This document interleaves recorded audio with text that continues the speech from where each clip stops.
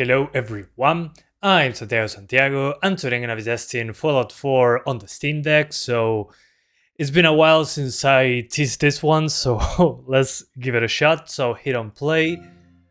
This game does have a launcher, this is why I'm guessing it's not verified, but you can just use your fingers for this one. I'm using a mouse and keyboard for comfort.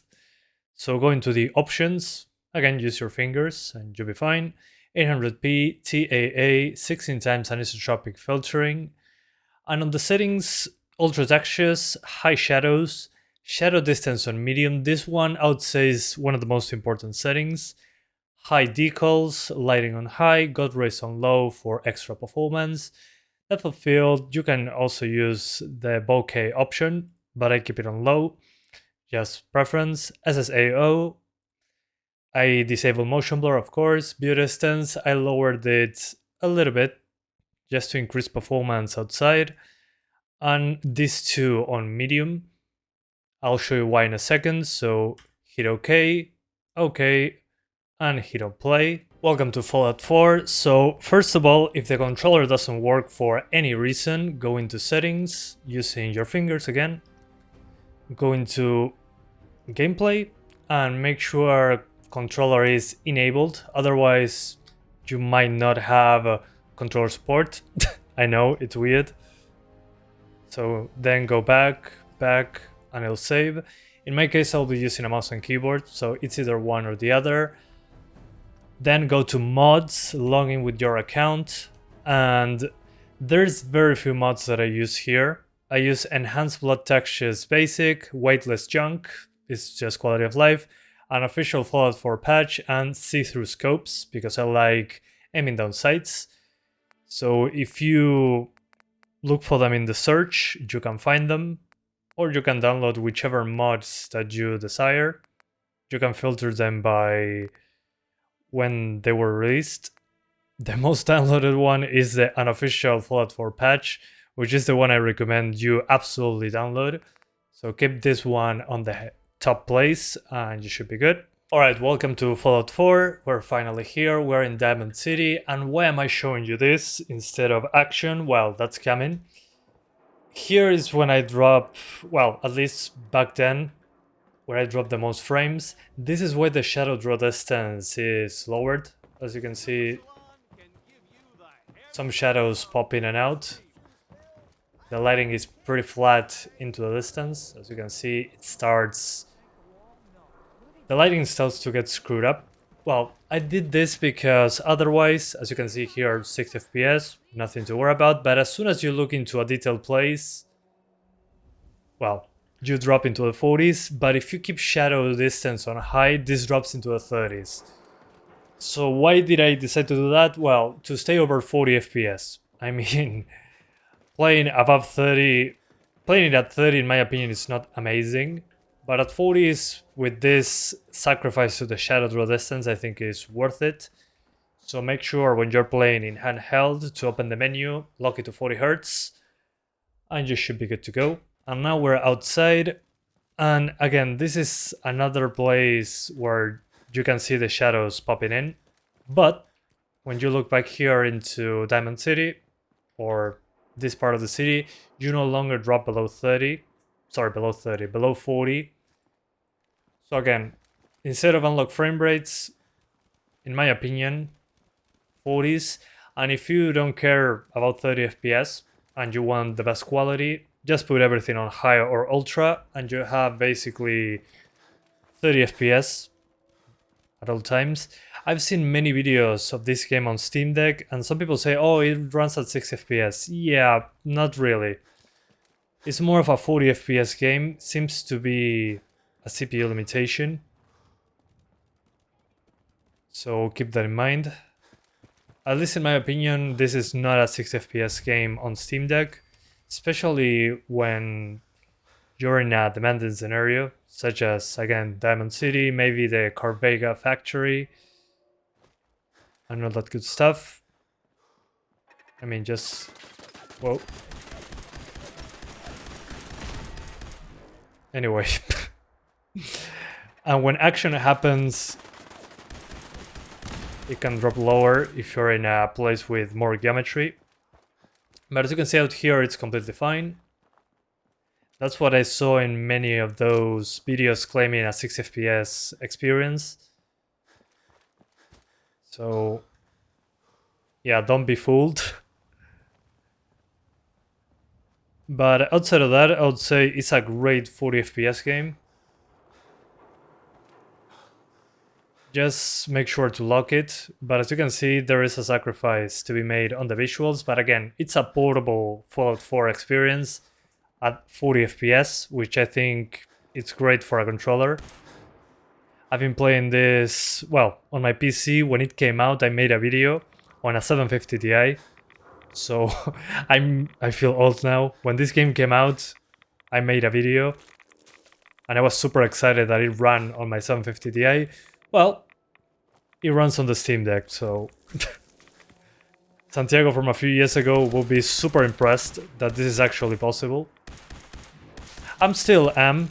I mean, I was kind of expecting 60s after seeing a bunch of videos on it, but yeah. It doesn't stay at 60 for long. So again, as you can see, it's inconsistent. The frame times are inconsistent when in certain scenarios. Very few mods that I installed just to improve the blood textures and, well, the scopes to look better. Also, if you're in third person, it drops. But again, still looks like Fallout 4. Yeah, the shadow draw distance is not amazing, but it's serviceable.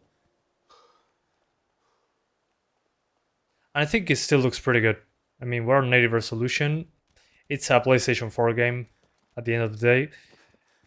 But I tried this on PlayStation 5 and it was 30 FPS. So I was pretty disappointed. I looked up for mods in there and basically Bethesda is working on a next-gen Fallout 4 update. But if you have an Xbox Series S or X, there's an FPS boost thing that allows you to play at 60. So even if you have a PS5, this is not available at 40 FPS. But as you can see, the GPU is not fully utilized, so we are CPU limited or engine limited, I'm not entirely sure. But it can drop pretty hard, so make sure to lock it to 40 FPS, have a good experience. Again, I think it's very superior than 30.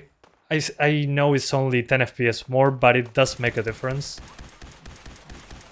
And on the smaller screen, it really feels so much better. It's ridiculous. But again, in dense areas like this one, you can see the effect it has. Even if I lower the resolution, it'll still drop, so not much that I can do other than this. Ooh, mine. Dang it! Oh well. Let's skip ahead. Welcome back. Now we are in the Commonwealth. This is one of the first places you visit in the game after... I'm not going to spoil it. But as you can see here, runs way better than the other part that I showed you, that it was more dense. You can notice the shadow draw distance is pretty lacking, but again, it's a sacrifice for the better good, in my opinion. You can also lower the settings whenever you're going to a dense area later on. But I think, considering it's portable, it's fine. And indoors, it's a piece of cake for the Steam Deck.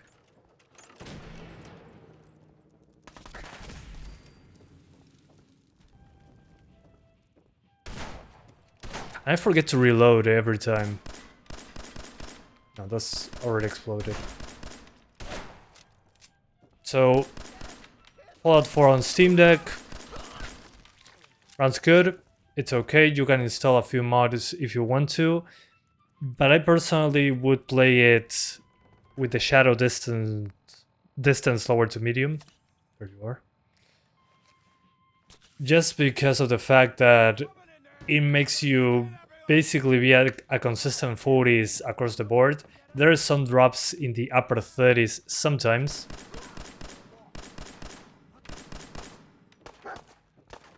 But considering how much better it feels than playing at 30, I think it's worth the sacrifice. So hi there. Man, I don't know who you are, but The Commonwealth needs my help, as always. And now to finish the video, we're going to boss, we got somebody up here. use the power armor. Let's get... I don't know why... Oh, my minigun is in my pocket. That's probably... There we go. That's probably because of the mod. And now that there's more enemies on screen, it also drops performance in here.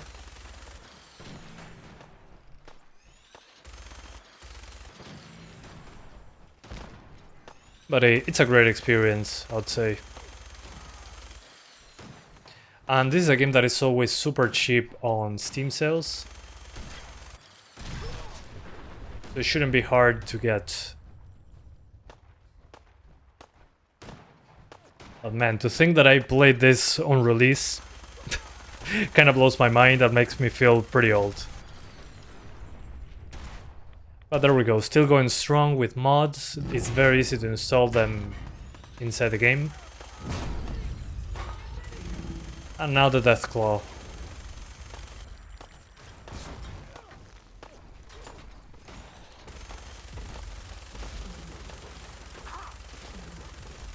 Again, just lock it to 40 and have a good time. And don't look at the frame rate. But I promise you it will be lock 40s across the board. Or at least 99% of the time.